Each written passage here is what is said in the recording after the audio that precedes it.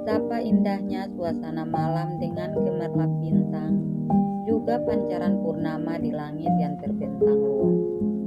Namun keindahan di malam itu sungguh tak ada arti bagi Nadira yang menyadari kalau itu adalah malam terakhir dia berada di tengah-tengah keluarganya.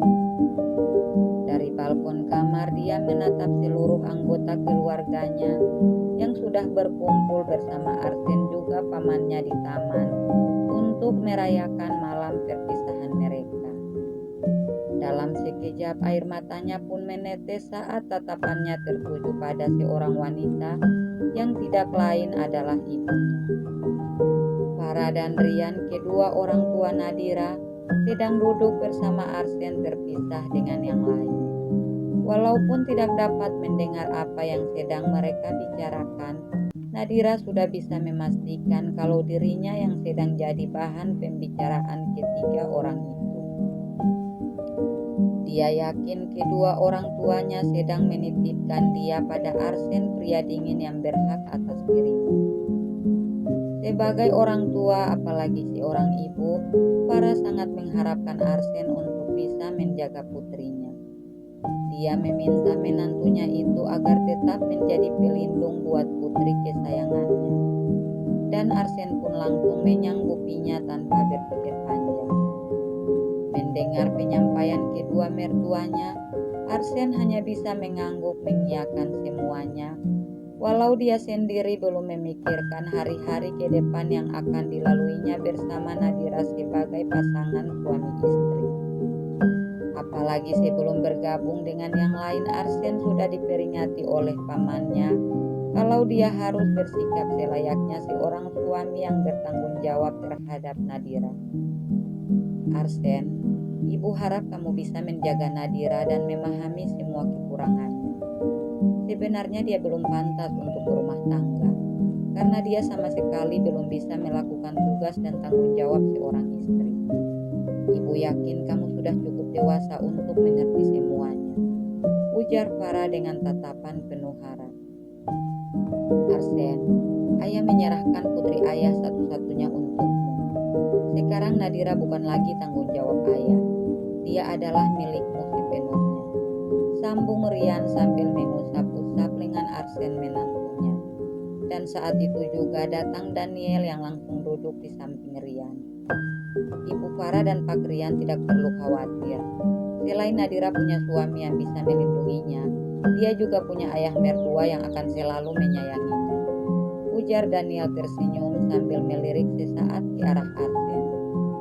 Ya Tuan, aku berharap Nadira akan bahagia hidup bersama Arsen. Aku tuh kasihan sama dia yang harus menikah di usia muda demi nama baik keluarga. Tapi aku yakin kalau Arsen adalah sumber kebahagiaan putriku. Makanya aku langsung menyetujui saat Tuan meminta Nadira untuk menjadi istri nak Arsen. Tutur Farah yang membuat Arsen seketika menatap pamannya tanpa ekspresi. Kamu tidak usah menyesal karena telah menikahkan putrimu di usia muda. Sekarang mungkin dia belum sepenuhnya menerima pernikahannya. Tapi suatu saat dia akan menyadari kalau keputusan orang tuanya adalah yang terbaik. Terdengar suara seorang wanita tepat di belakang Farah. Oma, aku pun berharap seperti itu. Farah langsung memeluk wanita sepuh yang tidak lain adalah Alira, ibu dari ayahnya Faris Permana.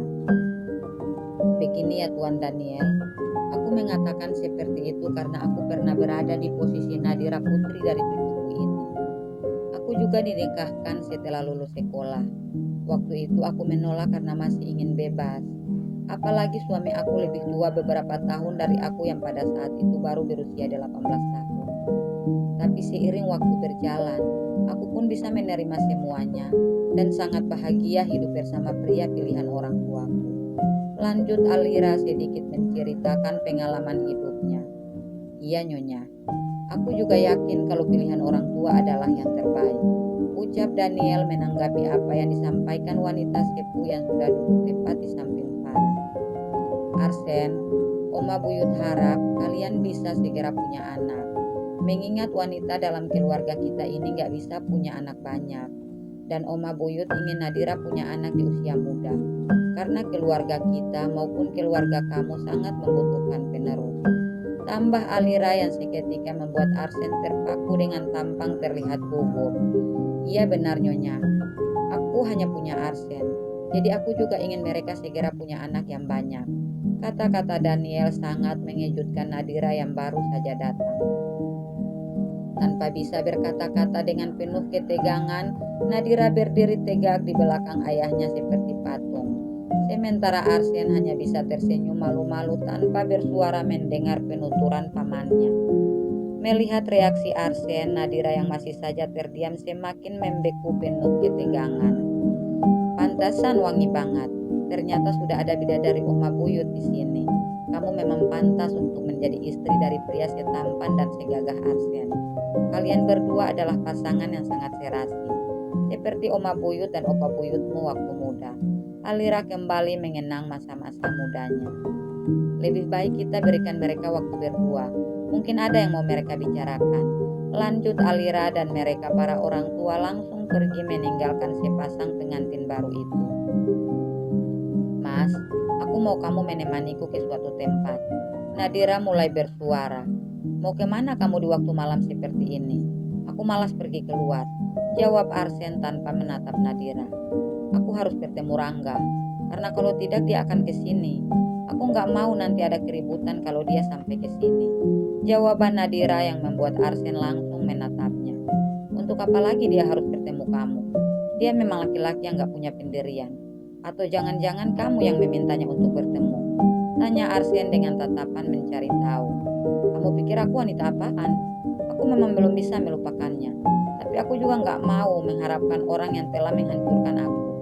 Jawab Nadira, tapi tidak ditanggapi oleh Arsen yang sudah beranjak pergi tanpa berkata-kata. Kamu mau kemana? Tanya Nadira buru-buru melangkah mengikutinya. Kamu mau pergi nggak? Kalau nggak aku balik nih. Tanya Arsen tanpa menghentikan langkah kakinya.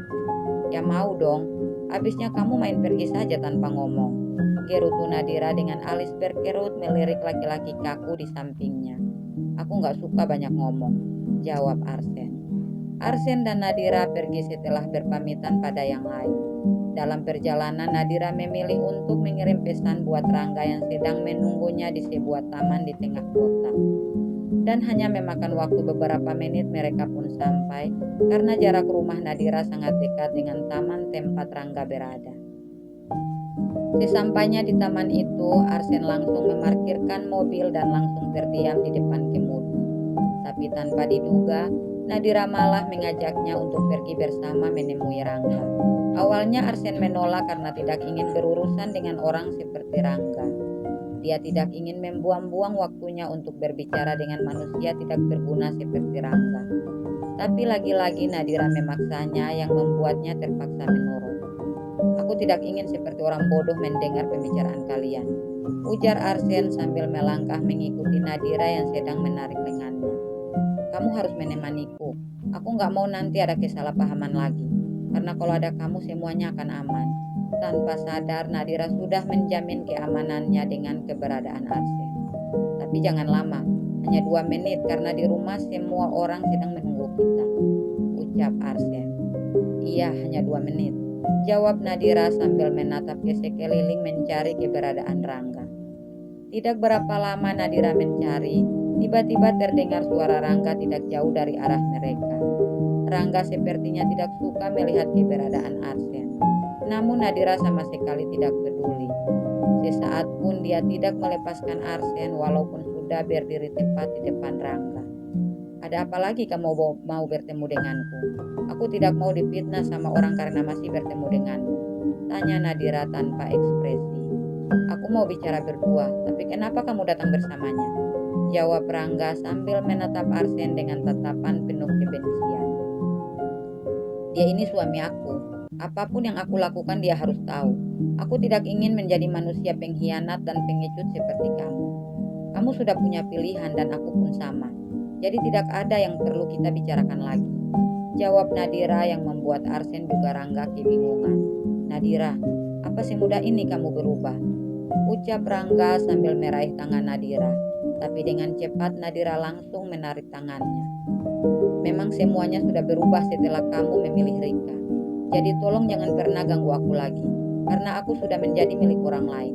Ucap Nadira tanpa menatap wajah Rangga. Sepertinya Nadira tidak sanggup mengatakan semua itu. Ayo mas kita pergi. Lanjut Nadira dan langsung menggenggam tangan Arsen melangkah pergi meninggalkan Rangga yang hanya terdiam seperti patung dengan air mata yang mulai menetes karena tak sanggup melihat wanita yang masih dicintainya bersama pria lain.